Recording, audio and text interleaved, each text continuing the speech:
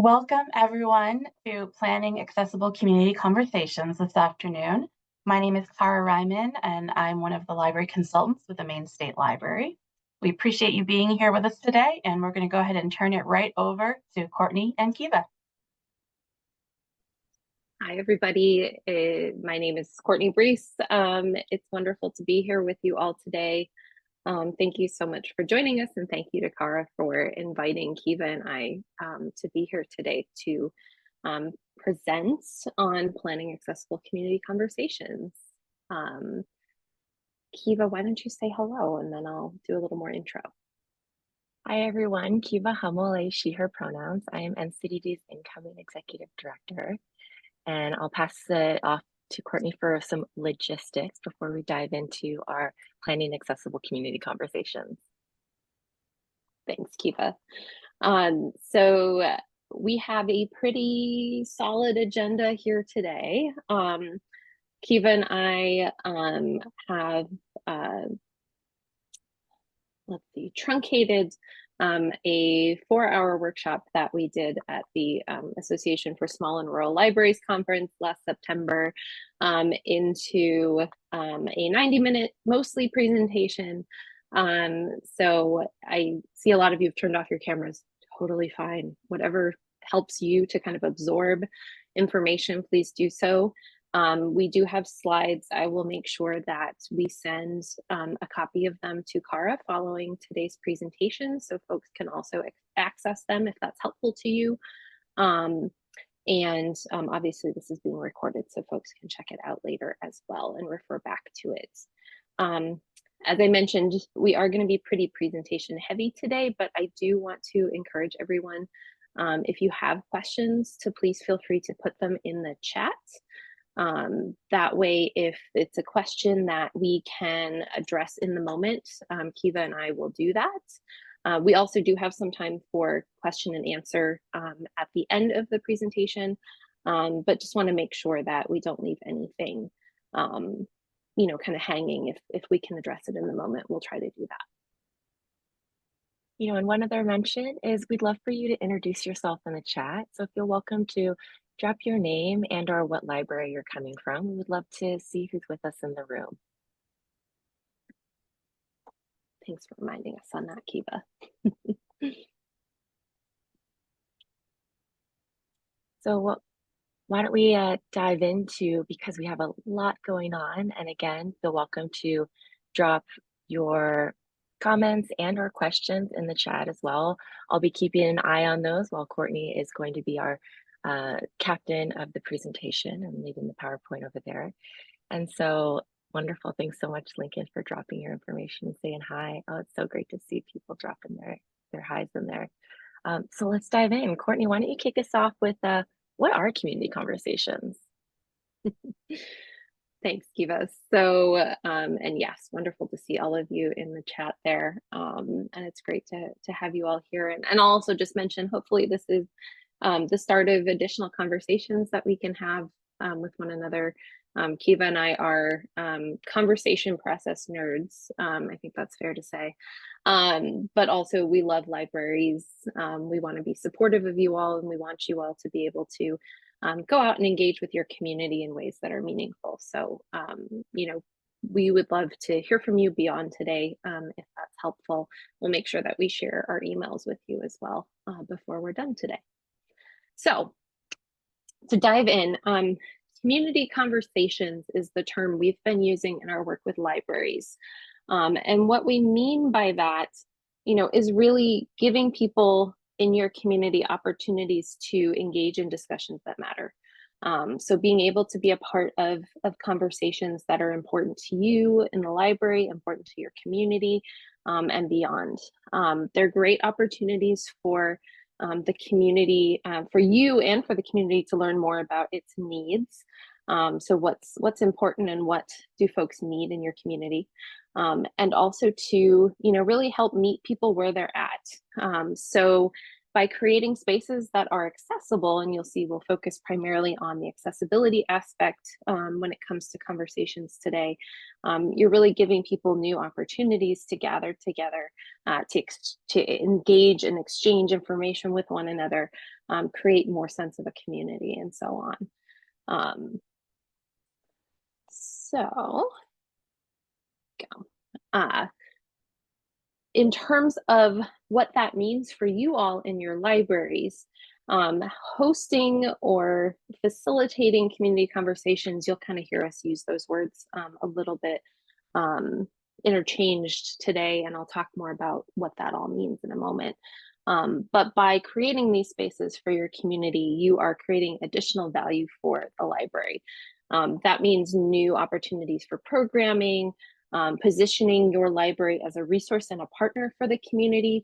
It really, again, helps create a better sense of the various ways that the library can be supportive of the community. It helps you to connect with additional community groups and partners, sometimes new community groups and partners. If you're looking to have a conversation on a certain topic that impacts certain groups in the community, or on a subject where there are some community institutions or organizations that can help support that, speak to it, and things like that. It's an opportunity for you to create more networks amongst other organizations in the community and the library. It helps build trust in the library. I often talk to people about the library is such a great place for conversation, because for so many folks in the community, the library is one of the places they're most likely to feel welcome versus other kinds of community spaces. And so, oftentimes it's a place people are drawn to, but, it also can create more opportunity to build that trust with folks who maybe don't necessarily feel that way, because it's opening the conversation. It's asking them to share what's important to them. What are they interested in seeing, and things like that. It's a different kind of conversation than many of the types of conversation that we have on a day-to-day basis. It can help increase support for the library among community members. We actually have some great stories. Kiva and I and our organization and CDD have been working with the ALA for a while now, and sharing stories from libraries who have been engaging their communities in this way. And there's one great example out of Texas, and the town is escaping me right now, but they were actually able to get additional funding support for the library following their engagement, because it created more of that trust in the library, but also that idea of like, oh, okay, the library plays a really key role in our community, not just in terms of lending, but in terms of programming, in terms of being that space that we can gather and things like that. So it actually helped, the engagement actually turned into dollars for the library. So it can really be helpful in that way. And it can help to strengthen your community's cohesion. So, creating more opportunities for folks to combat loneliness. We found a lot of that, especially in the height of the pandemic. Libraries created some spaces for folks to gather virtually at that point, and then in person, helped people to feel more connected. The Surgeon General of the US semi-recently, probably about a year ago now, came out with the report saying that community cohesion is crucial, and that we have a lot of disconnection and loneliness happening right now, especially post-pandemic. And so this is one of the ways that we can help to address that, is by to bring people together in conversation.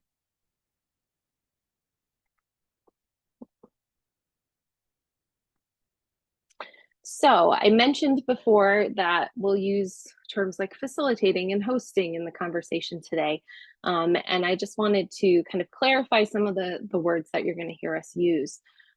So facilitating, in its most general application, if you will, is the work of leading people through a conversation. So, oftentimes we're familiar with that term in terms of that idea of like, I'm facilitating this meeting, meaning I'm leading this meeting, or I'm helping to facilitate something, meaning again, I'm helping to make it happen. For today's purposes in this presentation, we're going to look at facilitation a little bit more broadly. And so that refers to these bullet points here: the planning, the inviting, and the leading that goes into making a community conversation happen. So when we talk about facilitating and planning, or hosting was the other term I used, that's what we're talking about. We're talking about kind of planning for a conversation, inviting folks into the conversation, making those invitations, if you will. And then the leading, which really is the literal facilitating, the welcoming folks, the sharing of agreements for how we're going to talk to one another and help guide that conversation. So how you bring that together.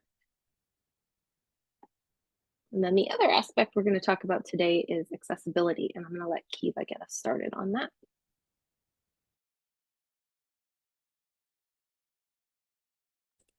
Kiva, you're still on mute.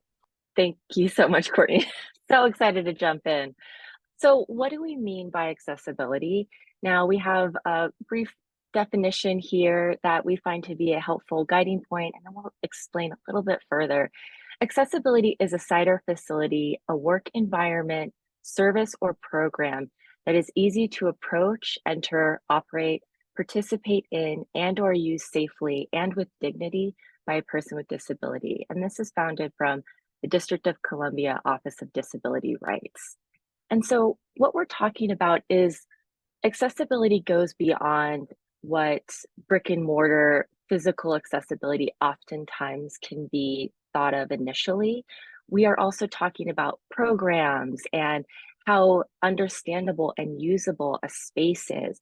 Do individuals feel comfortable entering and accessing and using a space with dignity? I think is a very important component of this. And we have to mention that accessibility is not automatic. It is something that has to be intentional and it has to be designed for. So as we're creating these community conversations, it's vital that we're taking into consideration how accessible is our outreach for this? How accessible is the actual language that we're using within our community conversations? Is the physical space accessible? Next slide. And so there's some variance between, oftentimes accommodation can be what has become more of a default, but there is a difference between accessibility versus accommodation.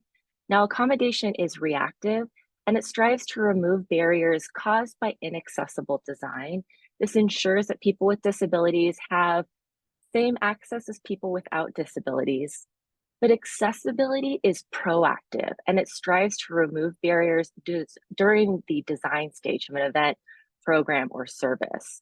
And so there's a few elements of those who may be familiar, something called universal design. And this is a process of creating environments that can be accessed, understood, and used to the greatest extent of possible by people regardless of their age, size, ability, or disability. And it's important as we're designing our programs and our community conversations that accessible spaces are important because they allow us to create events and conversations and opportunities to connect with one another that are inclusive of all people. And we want to make sure that as we're community building in these conversations, that all individuals have the ability to access and engage, and that they can do so with the full extent of their capabilities as well as with dignity.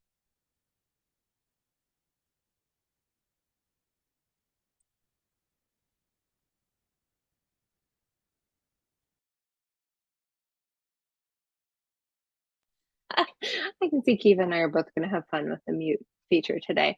So what does this all look like when we talk about hosting or facilitating community conversations? It can look like a lot of different things. And so I want to highlight this off the bat, and we'll talk about some examples of what some other libraries have done in a moment. But conversations can be small.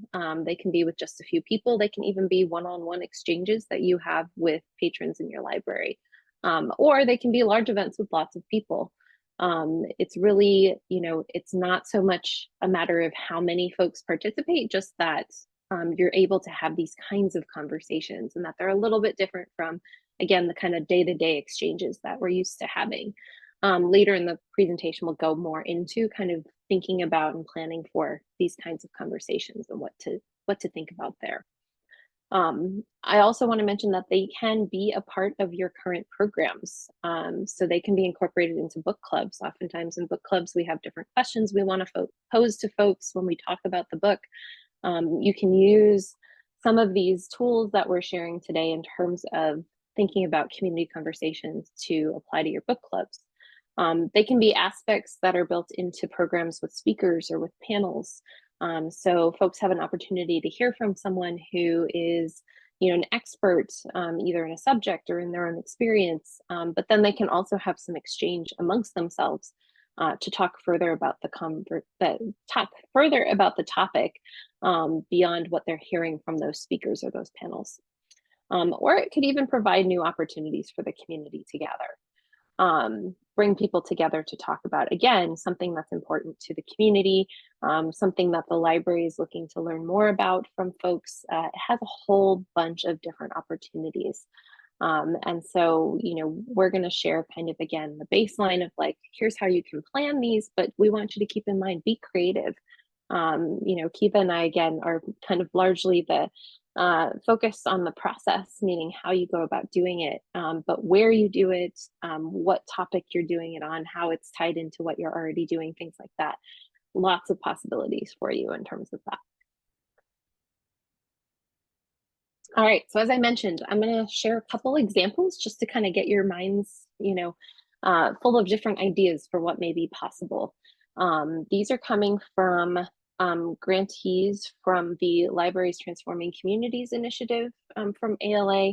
Our organization, NCDD, has been a partner to ALA in this process. We've been supporting libraries as they've engaged their communities on a variety of topics over the years, currently around accessibility, which is what has brought us to be doing more of these kinds of presentations.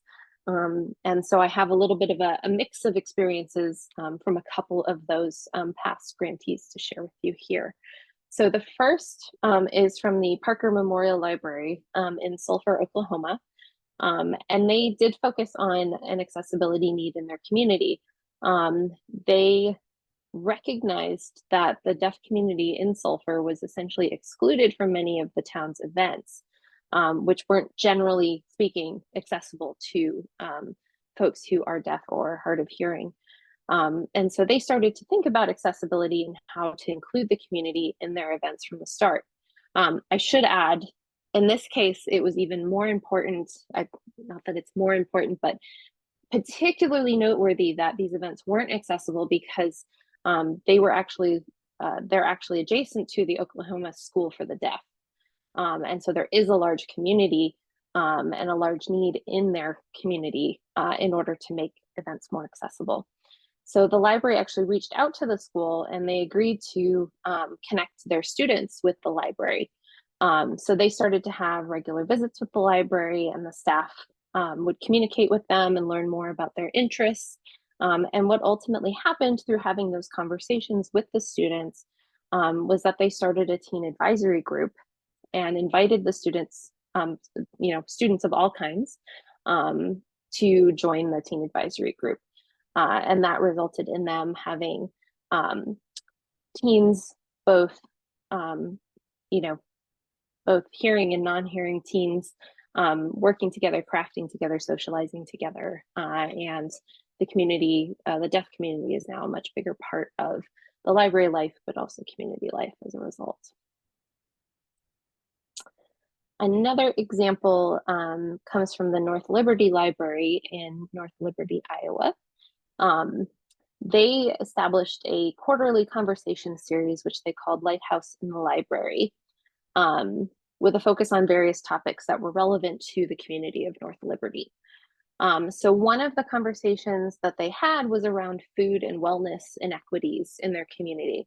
And so what they did was they invited a panel, as I mentioned before. Sometimes it's a panel followed by conversation. They had a panel with representatives in the community that reflected various aspects of food and wellness inequity. So they had the local food pantry join. They had someone from a yoga studio join. The county's Department of Health was there. And also the North Liberty Recreation Center was a participant in that panel. And so, this was during COVID times. And so it was held virtually, but they had a really great turnout from people who were excited to hear about the speakers, but also to have an opportunity to talk with one another about the needs in their community when it comes to food and wellness. And it was actually something that made the local paper. So the conversation itself got the attention beyond just those who happened to be in the room that day, but also was reported on. And so some of those ideas and some of the thoughts that had come out from the panel and from the discussion were shared in that newspaper article. And one more example I have here is from the Hewitt Public Library in Hewitt, Texas.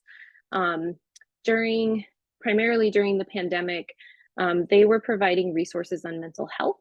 They recognized that there was a need in their community to talk about mental health issues, particularly during the isolation of the pandemic. And so they invited community members, but also local mental health experts to be a part of a conversation about mental health. So they found that, having some folks there with some experience working on mental health issues, they ended up having a counselor who was able to join them for their conversation, helped to give people some ideas of resources, as well as share amongst one another their experiences and what they were doing to kind of help themselves during this time and things of that sort. So it was really an opportunity, again, done virtually on Zoom over a period of time. This was a series of conversations.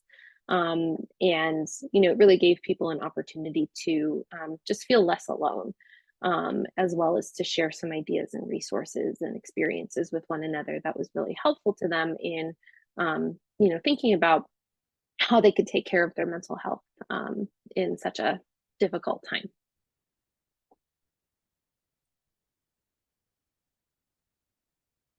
Yeah. So that's again just some ideas, some examples of what others have done, just to give you some food for thoughts. And now we're going to move into talking more specifically about some of those accessibility best practices. Sorry, Kiva. Thank you. No, you're great. That was a wonderful tee up. And I also want to mention for folks in the room that a lot of this information is drawn both from the workshop that we've presented on, but also this hard copy guide that we've created that we'll link at the end of our presentation. And I mention this because there's a lot of information I'm about to review, and we have many more details in that guide. So I'm going to provide some high level information, and then I invite you to dive into that guide a little bit further. So what are inclusive and equitable community conversations that are accessible? And they're co-created, they are trauma-informed, and more. And what do we mean by co-creation? Co-creation allows the whole community to determine its needs and how to address them. It's to work with your community members from beginning of the design period to the actual event and the follow-up that we'll mention. And this can include working directly with individuals who are disabled, aging, unhoused, neurodivergent, and other populations who are historically marginalized or excluded to help shape the conversation that you're wanting to have. This can also look like working with organizations who support these historically marginalized and or excluded populations. You don't have to create these community conversations by yourself. And in fact, they're actually even more well-informed when they're co-created with people. And what do we mean by trauma-informed?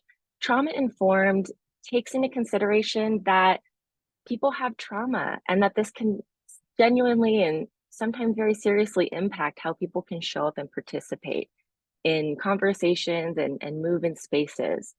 And so there's a wonderful quote that comes from the disability rights space that nothing about us without us. And this really sums up what we're talking about. And it's a term coined by disability rights activists, highlighting the need for full and authentic engagement with all members of the community. Slide, please. Recognizing bias and assumptions.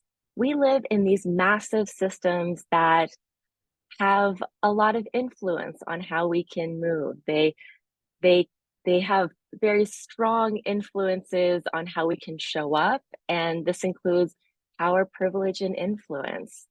Now, while every single person has both influenced by these systems of power and or oppression, however you would identify those personally, these biases affect us all, and we must be really intentional as we are addressing those biases in order to make sure that, one, we're not further maintaining those biases as we're creating these conversations, as well as that we're not having them impact the individuals that we're engaging with.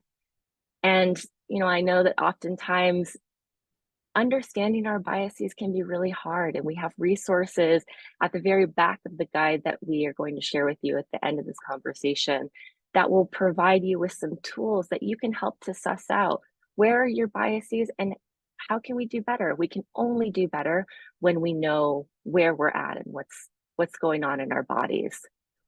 And these biases and these assumptions, they impact us at every single level, both the individual, the interpersonal, the organizational, as well as the structural level through which we operate.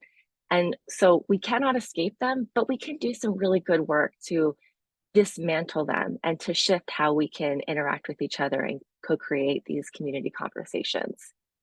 The structure, culture, and history really impact both the inequities, how we can show up, and by being aware of both the historical aspect of where people are coming from and listening to people's lived experiences, that can really impact shifting those systems and instances of inequity. And we want to do this. This is the co-creation aspect. We don't know another person's lived experience unless they tell us. And we can't take that into consideration to do better and to create equitable and inclusive and accessible conversations without that information.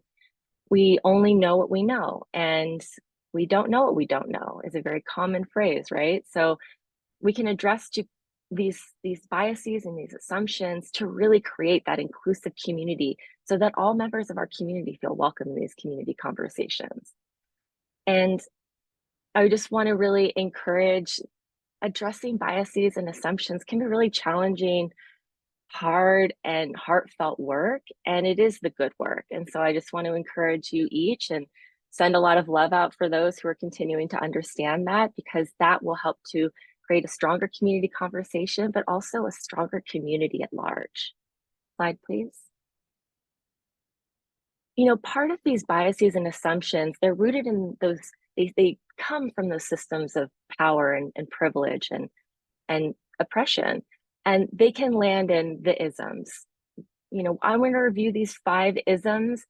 Oftentimes, we are relatively more familiar nowadays in more recent decades on racism, the systemic oppression of a racial group due to the social, economic, and political advantage of another, as well as sexism.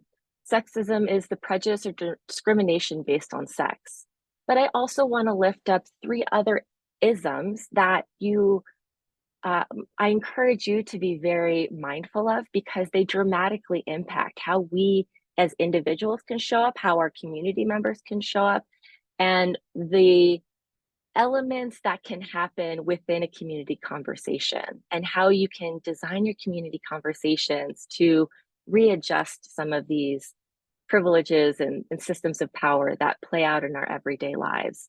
And that is ableism, which is the discrimination or prejudice against individuals with disabilities. Ageism, which is the prejudice or discrimination against a particular age group. And while we mentioned especially the elderly, I actually have to say that ageism is across the spectrum. Younger folks are often infantilized and not seen as fully human until we reach, at least in this country, the age of 18 when you can vote. And also older adults are often not fully seen as human and not fully engaged in our communities. And so the last one is classism, the systemic oppression of the lower and middle class to the advantage of the upper class. And by being aware of these isms and addressing the biases and assumptions that I referenced just a little bit ago, by addressing these forms of oppression at the individual, organizational, and the systemic level, it is going to be essential in order to address improving the accessibility of your community conversations. Next slide. And so these are just some preliminary best practices. Again, these are not exhaustive, but how we can create inclusive and accessible community conversations can include providing proper equipment. Do folks who are deaf and or hard of hearing, do they have the appropriate equipment needed in order to fully engage with community members? And this can also include those who are monolingual. So oftentimes in the US, we do have a propensity to center on monolingual English speakers. So being aware of who is in your community, what are the languages that are being spoken, and also, are you providing proper translation and interpretation for that conversation, for those individuals to really fully feel both engaged, but also not alienated. One mention I want to share with you all that you may have been familiar with is that oftentimes folks who are, for example, monolingual Spanish speakers will be those individuals who are, required, if they want to fully engage with the conversation, to wear headsets. And by being the only individuals in a room wearing headsets, that can be a little exclusionary. That can cause some people to feel isolated. And a best practice, if you can, is to provide, if you have multiple languages being spoken within the room, try to provide everyone with a headset. So then not one particular group of people are being excluded to the benefit of what may seem to be the larger group.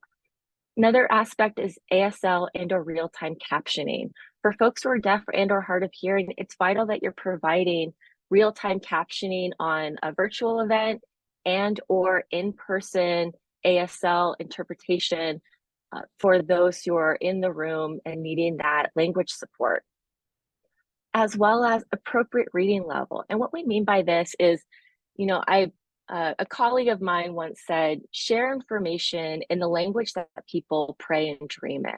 And I think that that's a really beautiful way of saying, make sure that both the written language and the language that you're using in the framing of your conversations, we can't control how people speak, obviously, but we can control the programming and how we design it.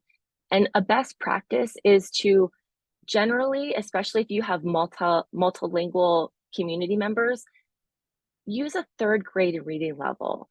It's also helpful not using really jargony terminology because it's more abstract, it's more inaccessible. If people don't know what we're talking about, how are they going to be able to authentically engage with the conversation and really provide their true feedback on it? Also keep in mind changing connotations. There's some terms that may be acceptable back in the day that are not acceptable now. And by co-creating with your community and really running the programming that you're creating, the language that you're using with the community that you're co-creating with, that can help you to better understand, hey, are we using words that make sense and that are respectful? We don't want to hurt people. We want to create an open space and we want people to feel as safe as they can. Providing safe spaces can be challenging, but we can do our best with the language that we use and the way that we design a space in order to be mindful of those connotations and that we're not being hurtful with what we're using. Also take into mind cultural considerations. Are we designing events and programs and conversations that are really being open and accessible and inclusive of a variety of cultures, including ethnic and racial cultures? And so that is, if we're not coming from a cultural group that is going to be showing up at our community conversations, make sure that they're part of this conversation so you can really get genuine feedback. And in addition to having stronger programming and a conversation, you're also strengthening relationships in a more authentic way. We want to be mindful of not tokenizing anyone. To tokenize is to, use someone as an example, but not genuinely authentically seeing them as a full human and engaging them in a conversation or in ongoing relationship building. And so being mindful of cultural considerations can be a really powerful aspect of having accessible communications. And the last aspect that we want to bring up is person first versus identity first. Now, this will vary depending on the group that you're speaking to. You know, some people may prefer, and generally, especially as, you know, state groups, as state libraries, using more person first language can be a best practice. And what I mean by that is people with disabilities is an example of person first language, and identity first language is a disabled person. Now, oftentimes in disability rights spaces, using more identity first language may be appropriate, but always err on the side of person first language. We want to center people's humanities and let those who we're co-creating with help guide that part of the languaging if you're not sure. But when in doubt, use person first. Next slide. Now, facilities. Where people feel most comfortable, where does the community already convene? Oftentimes, we will default to what are the most common spaces in our communities. And especially in our smaller rural communities, there may be even less spaces. So, for example, we'd hold it at town hall, which is very close to the police department. And that may be acceptable for some cases. And also, it may not take into consideration that people may not feel comfortable going to a town hall space where there's a lot of government presence and or police presence. That may be a population of folks who would prefer to go to a school like the elementary school and or the libraries. I'm not just mentioning the libraries because I'm a library nerd and also speaking to a wonderful group of library folks. But also libraries are truly one of the most accessible, inclusive, and welcoming spaces across the class spectrum. And it's just a wonderful place to hold your community conversations, but also check in with the people you're creating these conversations with if that really resonates and makes sense.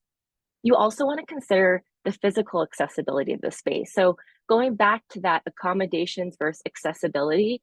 So the ADA, the Americans with Disability Act, sets standards for what are some best practices or standards for accommodations. And while that is incredibly important, oftentimes accommodations don't always mean accessible. So can people actually use the space? Are the steps when they walk up, are they too high for people to actually, of all mobility ranges, getting up? Ideally, making sure that we have ramp access. So people who use strollers or wheelchair users can access our space. Are the bathrooms genuinely accessible? Are people who are wheelchair users able to move in and out with dignity and to be able to use the facilities in a way that they feel comfortable with? And that moves us to an additional bathroom consideration. Are we providing at least one facility that is accessible for people who are on the gender spectrum and providing a non-gendered bathroom? Now, this can also be a family bathroom is sometimes what they're called, but this can be a space where people who don't feel comfortable with using male and or female bathrooms have a safe place where they can use the facilities. And if possible, providing a changing table that adults can use. An adult changing table is important because infants can also be changed on it. And adults who require that kind of physical facility consideration can be able to be part of the community conversations and know that they have somewhere to go to the bathroom with dignity and not in a humiliating sort of way. And while we add this for, this initially stemmed from COVID times of the ability to have social distancing, this is also important because many people do still have compromised immune systems, whether or not they're COVID conscious, and they want to have some ability to have space. Some people are neurodiverse or just would like a little bit more breathing space. So making sure that you are providing a space where people can move around and feel comfortable. And I just dropped into the chat and just want to give a plug for it while we're talking about facilities. If you're not aware, the American Library Association has been giving out grants for projects around accessibility needs in your community. Some of that can be addressing facilities, recognizing that, you know, sometimes libraries do have some needs to do some updates, but it's hard to do that funding wise. So they're providing grants of $10,000 or $20,000. And their requirement is that you talk to the community. So essentially having some conversations with folks in the community to learn more specifically about what the needs are. So I dropped the link into that just in case that's new to you. They will be having additional rounds of grant funding for that. So keep it on your radar for additional opportunities. They've done 2 rounds of grants, but I believe we have 2 more coming up, likely in the fall that will open up again. So just wanted to do a plug for that because it's a great opportunity if you see a need, but need some funding to support that. There's one opportunity for you all. Hey, Courtney, can we bring in Lincoln's question here that if their school's library lacks an accessible bathroom, would this be something that ALA can help with? And if so, is it usually admin who would do this? While we're not formally part of ALA, we work with them in partnership. Do you happen to know the answer to that and if that grant would help support that? So Lincoln, I believe it's going to depend. So the current grants, and I don't believe I said this at the beginning, so apologies, are to support small and rural libraries in taking on these projects.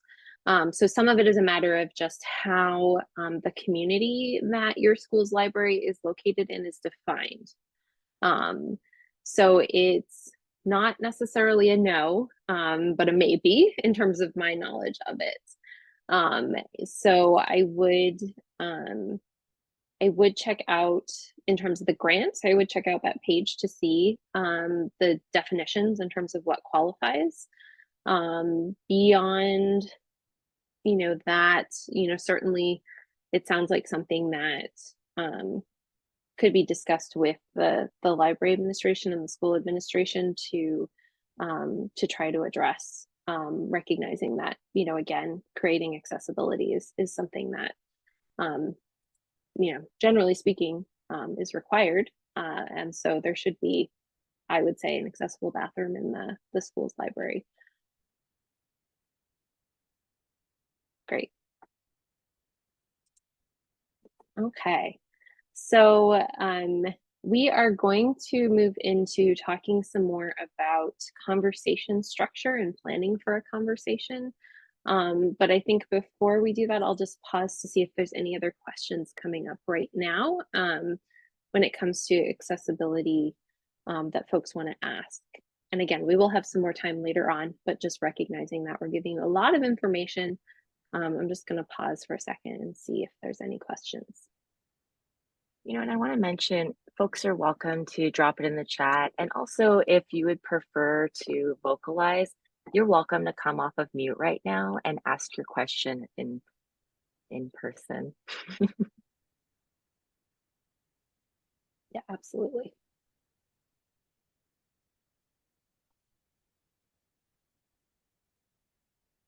And, you know, I also want to, you know, I'm having a mindfulness moment around some of these topics can be really challenging and can be really vulnerable to talk about. So, especially since Courtney's running the presentation, if you would like to privately message me, you can share your message and then I can bring in that question either now and or at the end of our conversation, and I can do it anonymously. So we're not outing anybody. Excellent. Kiva, Sophie just mentioned that the link didn't work. Could you just double check that I have the link correct? Sorry, the joys of screen sharing is I don't have access to my full computer right now to look at that. So we'll make sure we get a working link for you, everybody. Sorry about that.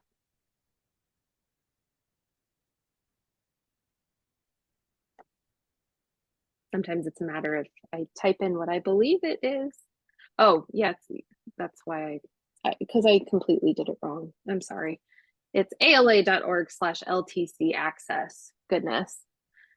That's what happens when my brain works faster than my fingers.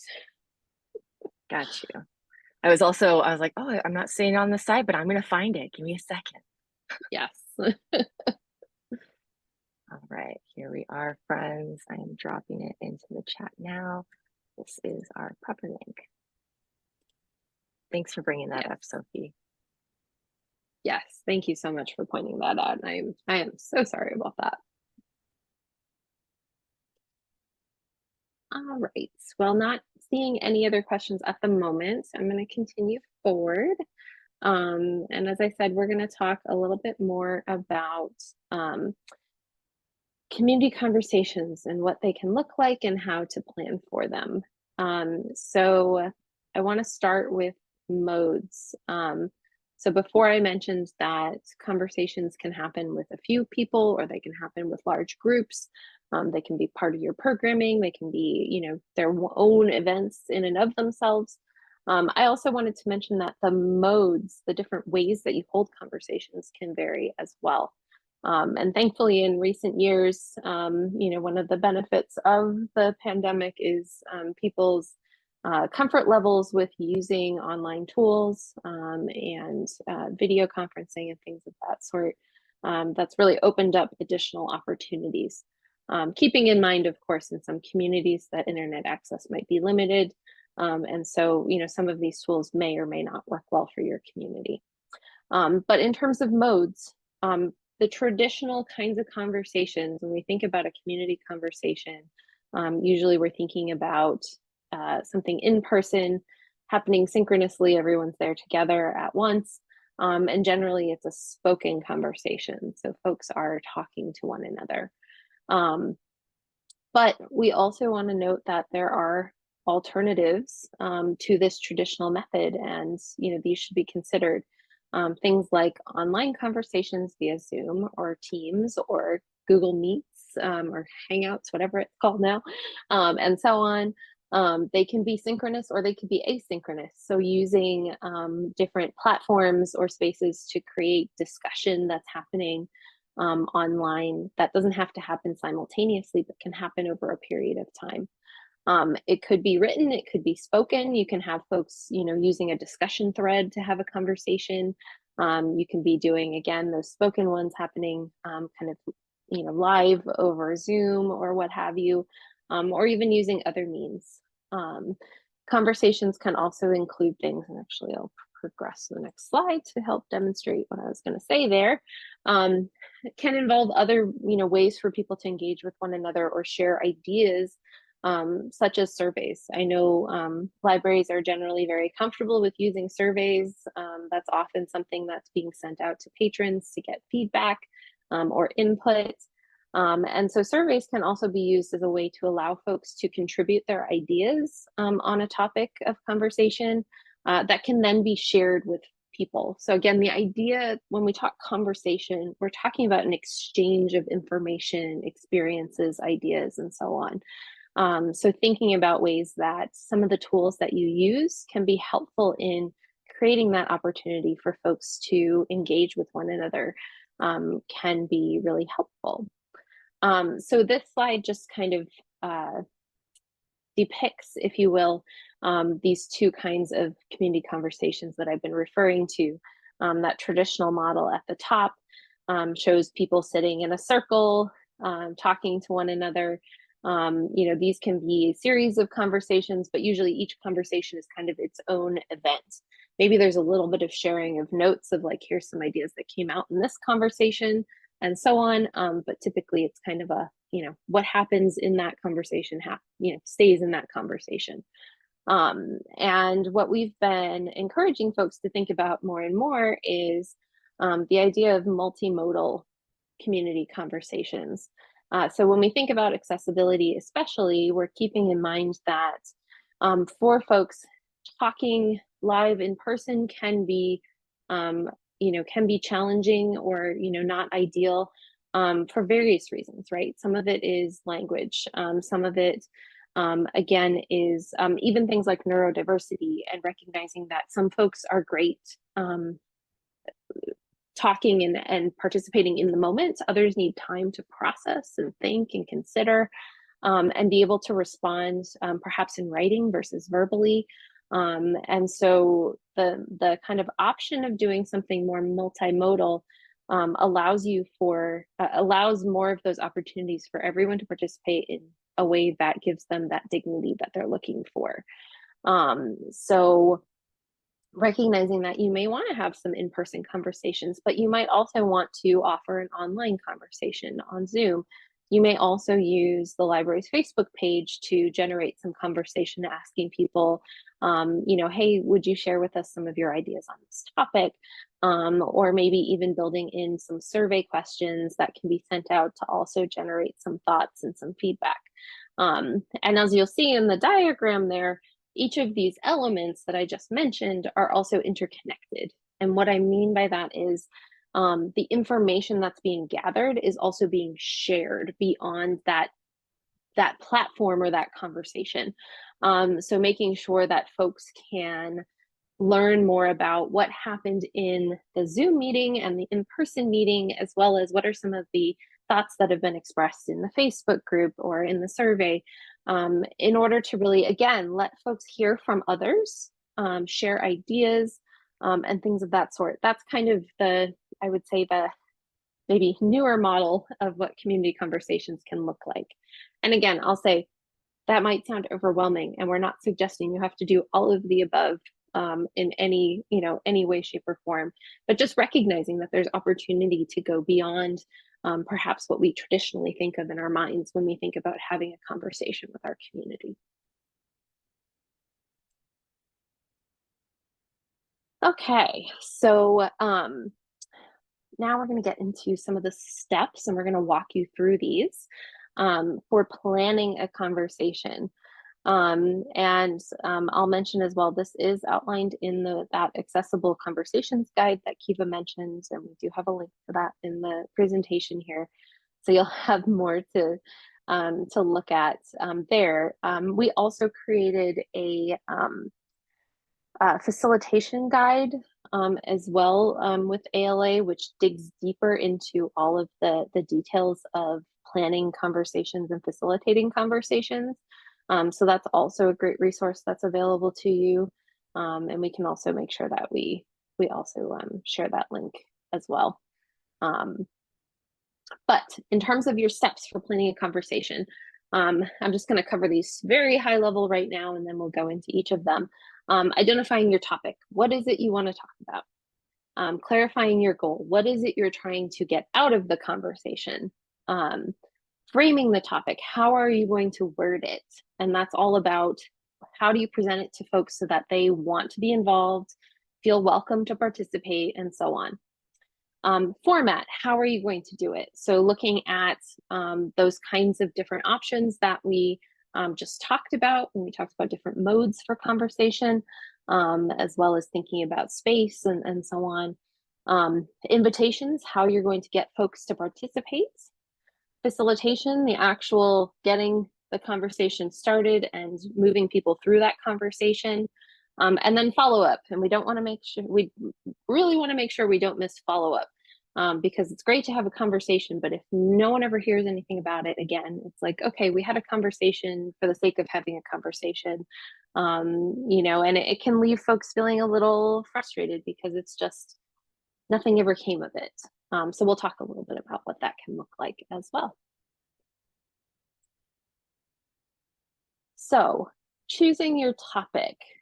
This is a little kind of flow chart, if you will, a very simple flow chart of some general questions you can kind of ask yourself as you're thinking about what does my community need to talk about, or what do we at the library need to talk with the community about. So first is there a topic your community needs or wants to discuss? Is there something coming up that folks are saying, gee, we really need to talk about this because this is an issue, or this is going to be important to us later on? If you don't know, is there a way that you can find out? How might you ask folks to learn more about, what your community might need to discuss? Or is there a topic the library is interested in having a conversation about? Is there something that you all have been wanting to hear from community members that might be great for a community conversation? How can you check to see if this is of interest to the community. So, is there a way that you can kind of get a sense of, this is something we're thinking would be great for us to talk about, does that feel like it's going to resonate with other folks in the community? So just thinking about, again, how could you kind of reach out and find out if that's something that people would be interested in? That might be a matter of talking to other community partners that you have, key organizations in the community, talking with patrons in the library, just kind of checking in with them on the idea, things like that. We're not necessarily talking about doing anything too elaborate, but just ways to, again, check in and see, does this resonate? Does it look like something people would want to be a part of a conversation on? And so once you've asked yourself those and have a sense of, which of those directions may lead you to your topic, you want to think about, is the topic that you have come up with clear, or do you need more input? So is there more information needed to understand what this topic is? And how will you gather that information? So again, many of the methods I just mentioned might also be helpful to you in terms of who you can touch base with to find out some more information to help you get that clarity. Or maybe it's a matter of you need to do a little bit of research to provide some information that's helpful to people in having that conversation. So like, what are some of the stats that we need in order to talk about this issue? Or, who might be one of those experts that could be a potential panelist, or folks that can offer some insights into the topic of conversation.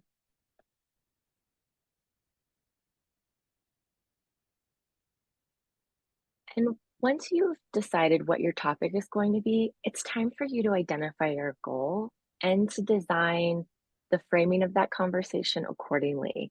The organization that we work for, NCDD, the National Coalition for Dialogue and Deliberation, we have a fantastic coalition of members who supported co-creating what we call the engagement streams. And so these are 4 very quick snapshots of those, what we identified 4 streams of engagement that can help you to refine what process you'll be using in order to have the most impactful and effective community conversation. And while it's a bit text heavy, just bear with me while I review some of this. And again, this is all in the facilitation guide that we will provide you. So exploration. So the top 4 are exploration, conflict transformation, decision-making, and collaborative action. When we're talking about exploration, generally the goal is to help people to learn more about themselves, their community, or an issue. And one of the possible outcomes from a conversation like this is individual and or community knowledge is expanded and innovative ideas arise. When we move over to conflict transformation, the goal of this is to address poor relationships or a specific conflict among individuals or groups. And a possible outcome by using this kind of a process will include empathy and understanding is built among individuals, leading to better opportunities for conflict resolution and or transformation. Third is decision making. The goal of this is to impact some kind of decision or policy, and a possible outcome is public knowledge of an issue is improved and support is gathered for a chosen action. And the last one is collaborative action, where your goal is to tackle a complex problem as a group or a community or problems. And the possible outcome with this is shared responsibility and action is taken to address a specific issue. Slide.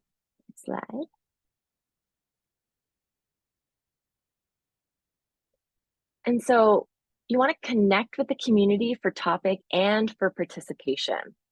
Consult with the community that you're looking to reach, that co-creation. Find out what they would like to discuss. Partners. Now, who in the community is working with or supporting the community members that you're hoping to reach?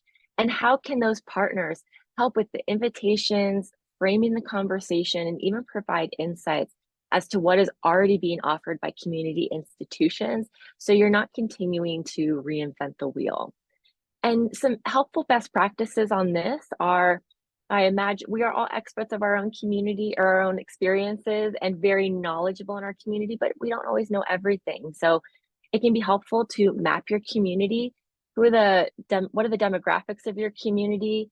Who who are the usual suspects that show up at your community meetings? And also, who are those individuals who often are more disengaged? And how can you intentionally engage and or outreach and start building the relationships with those groups of individuals from historically marginalized and or excluded populations, like people with disabilities, people who are neurodivergent, younger and older adults, people who are unhoused, a variety of ethnic and or racial group members, and other communities that you want to make sure are represented and participatory within this community conversation. And there's a saying of, you know, let's bring everyone together to the table, right? And so oftentimes, and the best practice is to really create the table with the community, and to take that a step further, to really bring the table to the community, and don't expect people to come to you, because that's just one additional barrier for participation. But find out where people are and hold a community conversation there.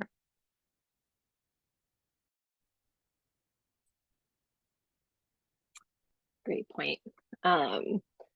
So as we mentioned, you're looking for, what is that topic we need to talk about? What are we trying to do? What's our goal? And as Kiva just outlined, some ways that we can kind of help unearth that. Another aspect of getting your topic ready for your conversation is to think about your framing. So how your topic is worded. And so, you know, what we mean by this, as I alluded to before, is that when you say to folks, we want to have a conversation on, here's our topic, you want folks to feel like they are being welcomed into the conversation. And so generally what we mean by that is that it doesn't seem like there is already an outcome that is planned for it, meaning that the topic itself doesn't appear to already have a bias or an outcome intended, meaning there's some openness to conversation to figure out what that outcome should be.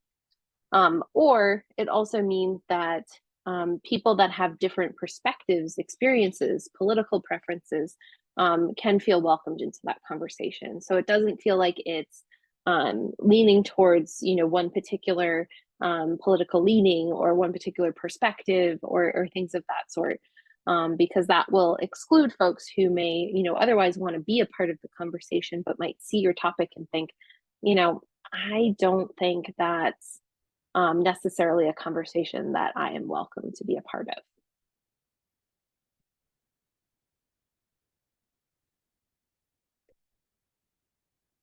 So some examples to kind of get you thinking about what we mean by this. And these are actually some very real examples from a colleague of Kiva and mine in West Virginia. So in this case, what you'll see here are just the differences between questions on a similar topic. So in the first one here, we have, they wanted to talk about public schools. There was an interest in talking about public schools in their community. And so the first iteration of the question that they came up with is, public schools, is there a way to fix them? Because the thought was, well, you know, we want to fix them so they're better. But as they looked at the question and checked in with folks, the idea of, is there a way to fix them, kind of, you know, struck people like administrators and teachers as a little bit insulting to say that there's something inherently wrong. And so they went, okay, maybe that's not the best framing. So then they tried out, maybe we should go with, are they making the grade? And again, better than suggesting that they need to be fixed, but also getting into that mindset of like assessing, you know, who's doing well, who's not doing well, and then what do we need to do about that? So again, having a little bit of that kind of bias perception in it, that wasn't necessarily the best way to frame it. So what they ended up doing was coming up with the question in their topic of, how can students get the education they need? So they framed it on ultimately what they were trying to get at as a goal, which is, how do we make sure that students are getting, you know, that education that they need in order to succeed? So less looking at the schools as needing fixing and more looking at, how do we prioritize student learning in an important way? The second example was, it may even be a little bit more clear here. So the state of West Virginia, as I'm sure many of us are familiar with, a large part of their economy over the years has been coal and coal mines, but that's been changing. And so several years back now, probably a decade back, they started to talk about, we need to have some conversations in our communities here about kind of our future beyond coal. So again, in thinking about how they wanted to frame their topic, they first were asking, like, how can we move beyond coal? Of course, the challenge with using that framing was there were community members who absolutely don't want to see a future beyond coal. There's still coal mines, there's still people whom coal mining is a huge part of their livelihoods, their family, their culture. And so that was really excluding folks who didn't see it that way. So then they thought about, well, maybe we can ask about how we can diversify our economy. And again, much better in terms of kind of opening things up for a broader group of folks to participate in, but still, didn't quite hit the mark in that that showed one perspective, which is the idea that we need to diversify our economy. That's going to be the best way for us to help do things. Not everyone was seeing it that way. So what they ended up asking as their topic, their kind of overarching question, was how can we build a strong economic future? So not looking at a particular outcome of what that might look like, but just asking folks to talk about, how do we build a strong economic future for West Virginia? And that was ultimately what they found was a great framing that welcomed many different perspectives into the conversation. I recognize these are fairly large topics that I'm showing here, but I just want, to give you an opportunity to think a little bit about, when you think about your topic, think about those aspects. How would it strike someone else who might think about things differently from you? Another example is when we talk about things like climate change, thinking about some of those buzzwords. Climate change, may for some people seem like a neutral word. To others, it is absolutely not a neutral word.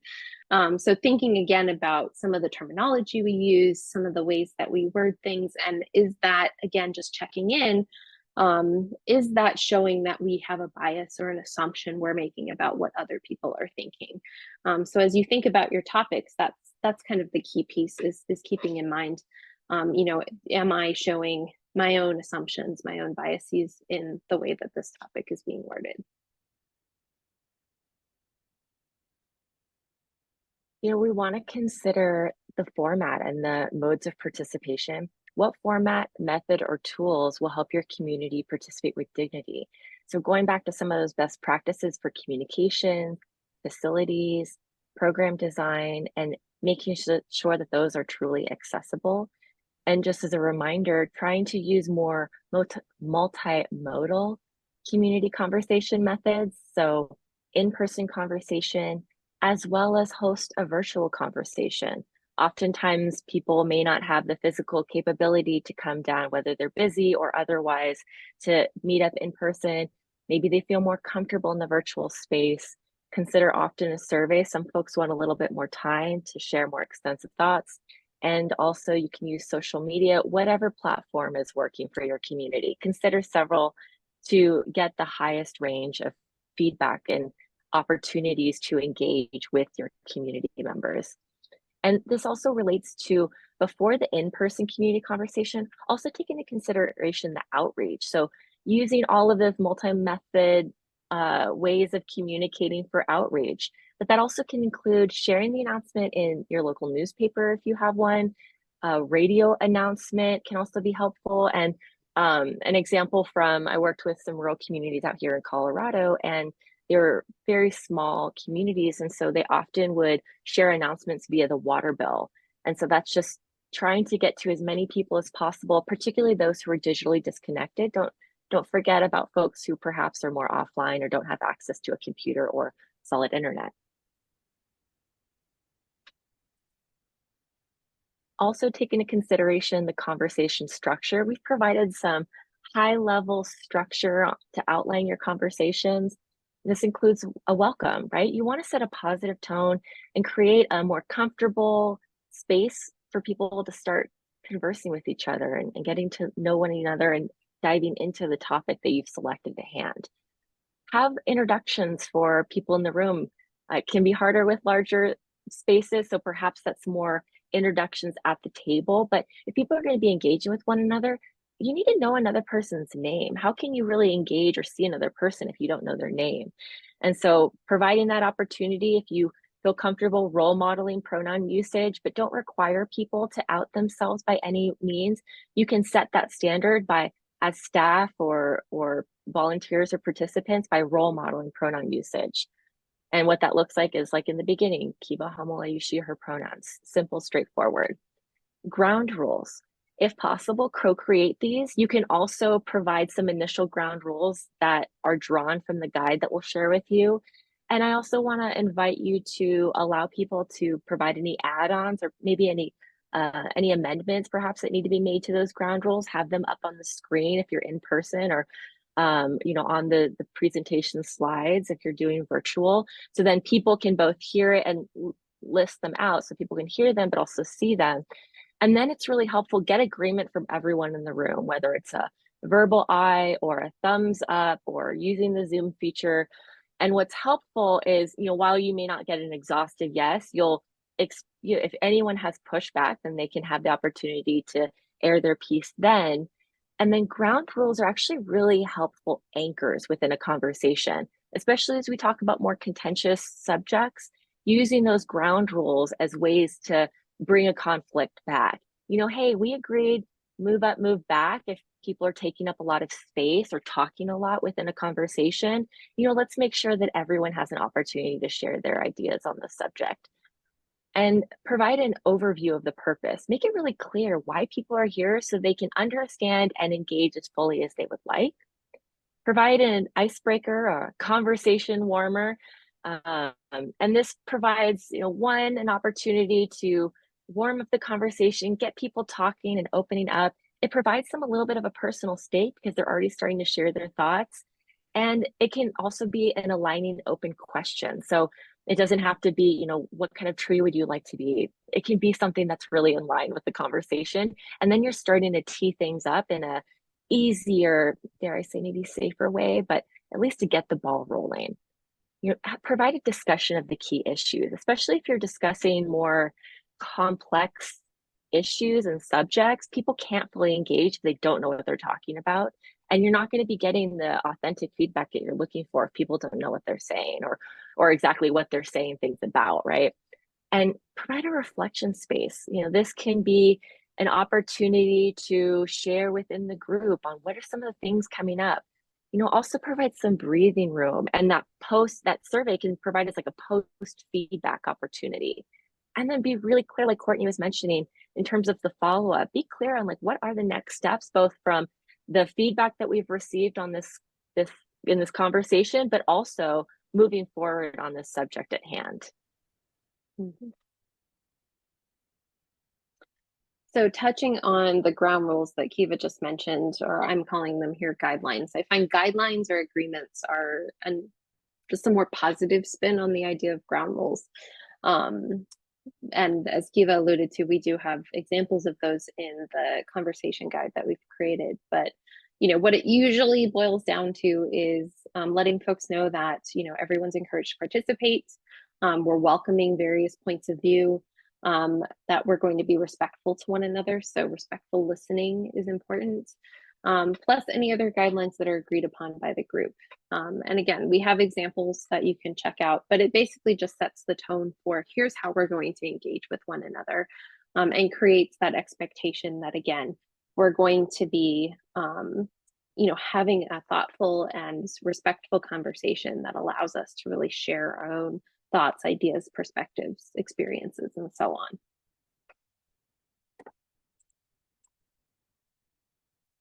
So you've planned your conversation, you've come up with your topic, you've framed it, you have a goal in mind. You've gotten the guidelines outlined. Everyone's, there, and whatever there is in person, online, or whatnot. you're going to open that conversation. So you're, as Kiva just mentioned, you're going to provide that kind of overview of the focus. What is the goal? What are we aiming to do in this conversation? So if you are hoping to get input from the community in order to make a decision for the library, you're going to tell them that that's what we're here for today. You're going to do those brief self-introductions, depending on the overall time that you have. Kiva was mentioning, again, it's really important that people know each other's names. That can even be as simple as, if you're in person, name tags, just having, folks put their name, having it right there, visible for folks to see, allows them, as they exchange with one another, to be able to call them, call each other by name. So making a space to allow for that kind of personalization, that we're not just nameless people in this room, but we are, we are able to identify ourselves.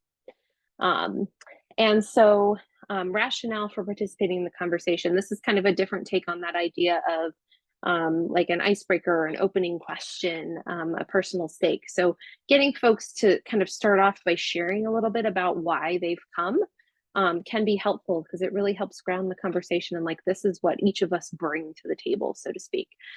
So asking folks to share like what brought them here, like what interested them about the conversation. Why is the issue important to you if you're talking about an issue? Or what are you hoping to learn? Maybe you're having more of that exploratory conversation, going back to our goals.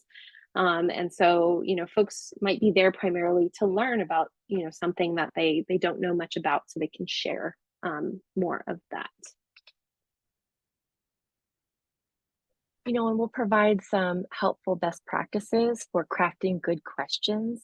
And then we also have a much more detailed section within the guide that provides some other examples in order for crafting these really good questions that can provide an opportunity for people to open up and share their thoughts.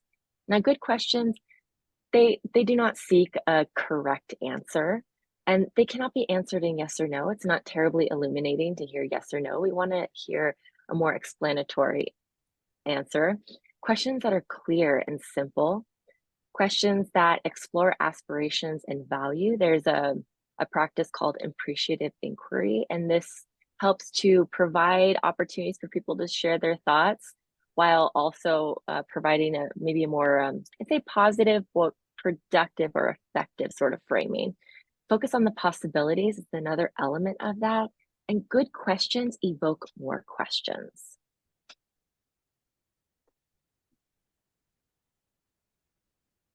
And so if you're a participant, this can also be helpful for you to know.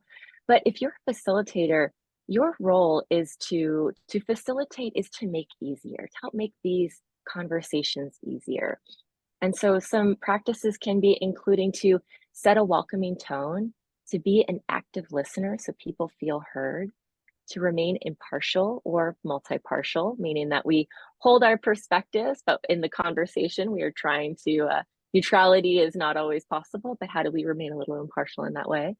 Ask probing questions like, tell me more, or what do you mean by that? Sometimes we say the initial answer, but we have a lot more to say. And by asking those follow-up questions, you can provide that space to have someone to really fully share where they're coming from. Help to manage time. These conversations can become quite expansive, and also time is finite. So it is your role as a facilitator to help keep things on track and guide your participants to work towards next steps. And so as a facilitator, it's really your job to help hold the space with some of these best practices.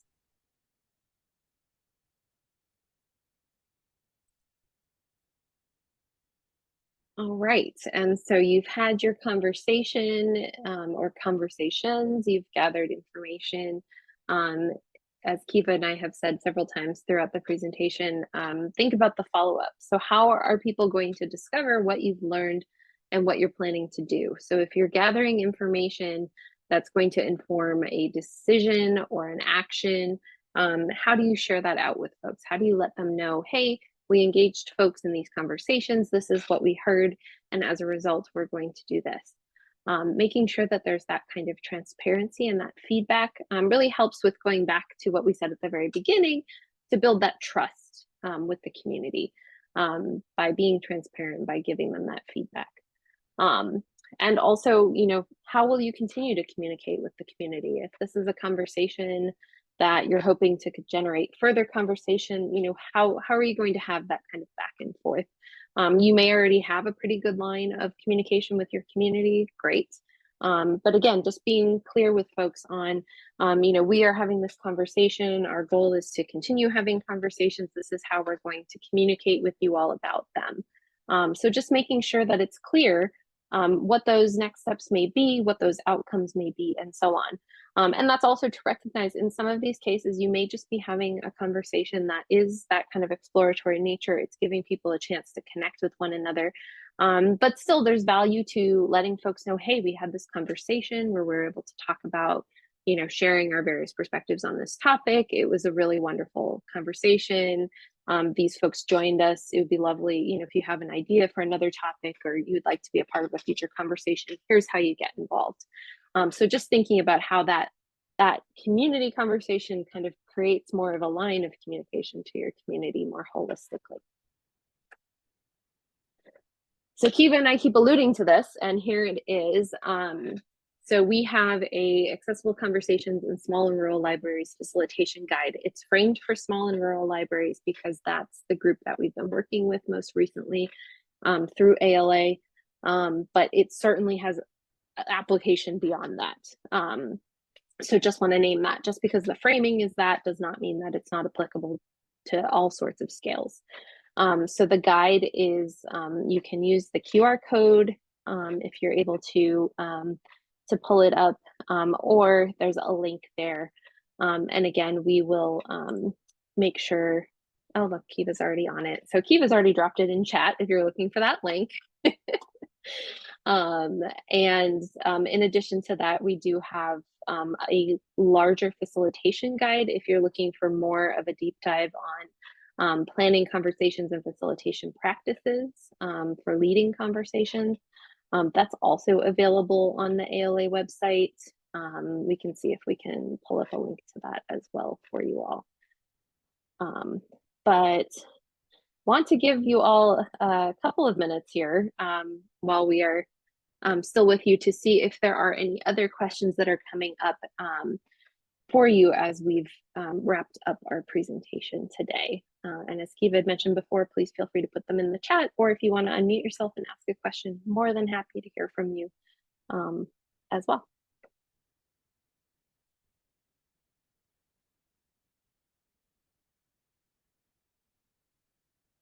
Thank you. Yes, and Kiva just dropped a link in the chat to resources from the Libraries Transforming Communities initiative. And so that has access to the facilitation guide as well as various other resources that we've put together to help support libraries in having community conversations. So there's a whole wealth of resources. Kiva also mentioned in the guide itself, there's links to many more resources. So if you're learning more about accessibility, if you're learning more about conversations, all of the above, we've got a whole bunch of additional resources there if you want to do a real deep dive.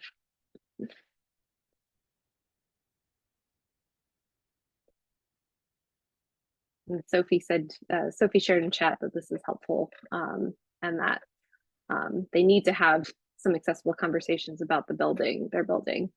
So Sophie, I think that's great. And again, there should be more examples of that, those kinds of conversations coming out. I would point you to the Programming Librarian page through ALA where they share lots of stories. That's where I got the stories about the 3 libraries I featured today. But again, we're now in the middle of the second round of grants on accessible issues in the library. So there should be more examples that you'll see of what other libraries are doing to have these kinds of conversations that could be really helpful to you. So I just want to put in a plug. We're not, we don't work for ALA, we just partner with ALA, and we just know there's a lot of resources for you all on this particular topic right now. So please, you know, avail yourself of those resources.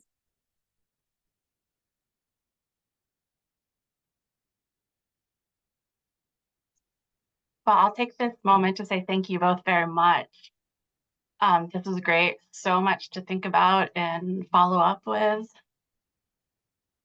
And to all of our attendees, thank you for coming. And when the recording is ready, I'll send that out with all of the various links and resources that they've shared as well. Thanks, Thank you so Cara. much, Yeah, Cara. it's been so great to be here with you all. As I alluded to in the beginning, we did this as a 4-hour workshop at Arsenal in Wichita last fall. And so in a perfect world, we'd have more like interaction. And actually, oh, that just reminds me. In the guide, you'll also find there's conversation planning tools in the back of it.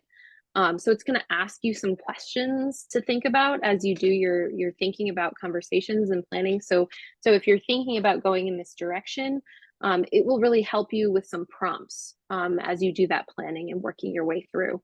That was a big part of the workshop we did, was we gave some time for folks to talk with one another and think about, here's the conversation I'm thinking of having, here's how I might plan for it. So I apologize, that kind of element is missing, but it is available to you in that guide that we created. So there are some really good resources that you can build on to kind of help you think through all of this, other than just having to remember what we have quickly told you today. And I just wanted to share as well, just an invitation. Our organization is a network of folks who do conversations in all sorts of spaces across the country, and actually in several other countries as well. That little map there kind of gives you a sense of where some of our folks are. Plenty of them in New England, that's for sure. But Kiva and I both are very much welcoming you if this is something you're interested in learning more about. We have a community of folks who are very passionate about this. And so you're certainly welcome to check out our website and learn more about becoming a part of our network. So just want to welcome you to explore that. And as I mentioned before, I will share our emails in the chat in case there's any specific questions you want to ask us about privately. You are more than welcome to do that. I'll also share. Sorry. Oh, Cara, go ahead. I was going to say, if anyone is interested in doing some conversations as a follow-up to this, let me know and I'm happy to arrange something. Fabulous. Kiva, any last thoughts you want to share before we wrap up? No, it has been a pleasure to be here with everyone. I hope that you will find the resources in the guide, on the ALA website, as well as the resource center link that I just sent. NCDD has a wealth of resources, and we try to make our organization accessible. So we do encourage you to check out becoming a member with a sliding scale option. And please share these resources wide and far. We want these to reach as many as possible so we can continue to create equitable, inclusive, and accessible communities and libraries. So thank you all so much for your time and for the work that you do. And thank you. I hope everyone has a wonderful rest of your day. Thank you, Cara. Thanks all. Thanks, everyone.